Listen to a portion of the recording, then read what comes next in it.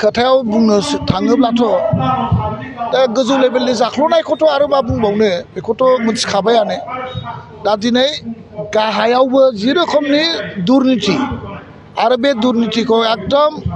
political मोनसे syndicate अल बिटिसि एरिया सेम फर्मुला सेम पलिसिजों बिथांमोना PMAY-याव मोनसे सन्त्रासबाद माने सृष्टि खालामदों राजनैतिक सन्त्रासबाद आरो बिथांमोना गोरिब दुखिया मानसिफोरनिफ्राय बिथांमोना सोबख्ल'नानै जादों दा मानो होनना बुङोब्ला जे दिनै BPF-नि सोद्रोमाफोरखौ BPF-आव थायोब्ला PMAY न'खौ दाननाय जागोन PMAY-नि जिथु सुबिदा बेखौ मोननाय नङा अरुणोदय आसनिखौ मोननाय नङा माबारै जोंनि UPPL-आव हाबफै UPPL-आव हाबोब्ला अरुणोदय आसनिखौबो मोनगोन बेबायदि प्रलोभन बुंनानै गोरिब मानसिफोरनि गोसोआव मोनसे सन्त्रास मोनसे सृष्टि खालामदों आरोखि मोनसे साप्रेस माने जबरदस्त मोनसे राजनितिक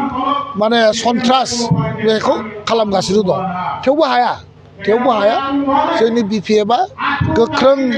गोसोजों गाबथानानै थादों आरो गोसो गाबथानानैनो थाबाय थागोन आरोखि दा बिसोर जिथु नैबे PMAY न' लुनायनि सायाव बिथांमोना अल आसाम मोनसे मडेल ड्रयिं इस्टिमेट आरो न'नि मोनसे मडेल दंखायो आरो बेबादि न'खौनो गथै आसामाव लुनांगौ आरोखि दा BTC एरियायाव बे न' लुनायनि माबाखौ फल' खालामाखै बरंस मोनफ्रोमबो PCDC-नि चेयारमेनफ्रा एखे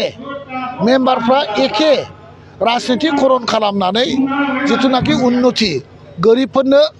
मोननांगौ होनांगौ बे जिथुनाखि PMAY न' बेखौ लानानैबो बिथांमोना राजनितिक खालामदों आरोखि दा नुबाय जे बिथांमोना 10 mm रडजों बिथांमोना पस्ट होनांगौ 10 mm रडजों मोनब्रै रडजों बिथांमोना फाक्का जिथु माने थाइ बिम होनांगौ थाइ बिम होआलासेनो बिथांमोना न'खौ लुबाय थादों दा बेनिफिसियारिफ्रा आपत्ति खालामबाबो बिथांमोना बायदि रोखोमनि खोथा बुंनानै बिथांमोना एसे गोसोआव नांथाव खोथा बुंनानैबाबो खामानिखौ मावबाय थादों आरोखि दा 10 mm रडजों बिथांमोना पस्टखौ होनांगौ 10 mm-नि जायगायाव बिथांमोना 8 mm रड इउज खालामगासिनो दं आरो माने थाइ बिम होआब्ला बे न'आ बोरै माने थानांगौ जाखो थाइ बिमखौनो होआखै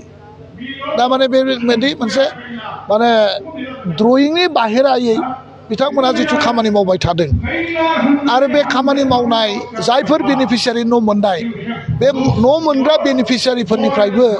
बिथांमोना 5निफ्राय 10,000सिम फैसा आदाय खालामदों एग्रिमेन्टनि नामाव बेंक एकाउन्ट खुलिनायनि नामाव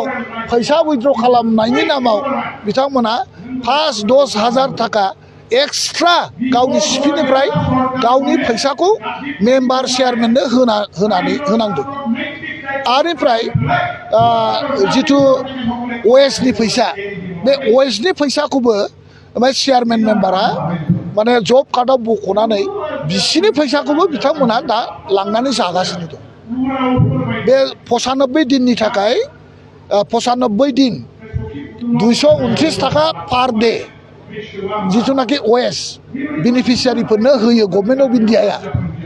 बे फैसाया 21,000 21,500निबो बारा जायो बे 21,500 फैसाखौबो बेनिफिसियारिया गरसेबो मोनाखै बेखौबो कमप्लिट चेयारमेन मेम्बारफ्रा लाना थांजोब्बाय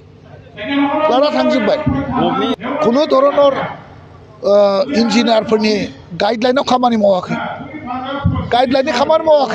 बिथांमोना राजनितिक क्षमता गावसिनि सरकार पावार जोंनाव पावार दं जोंनोलाय मा इन्जिनियारनि खोथा मथे जों मानो सोलिनो अफिसारनि खोथा मथे जों BTC-खौ जों सालायो नामा गावसिनि गोसो मथे खेयाल खुसि मथे दिनै BTC-खौ सालायगासिनो दं रावनिबो खोथाया सोलिया दा रायजो राजानि खोथायाबो सोलिया संबिधाननि भाषायाबो सोलिया दा संबिधाननि भाषाया जुदि सोलियोब्ला बिटिसि एकर्डनि MOUनि मथे जोङो बिटिसिखौ 15 बोसोर जि रोखोमै सासन खालामबोबाय जि रोखोमै गावनि आखायाव क्षमताखौ लानानै जि रोखोमै सालायबोबाय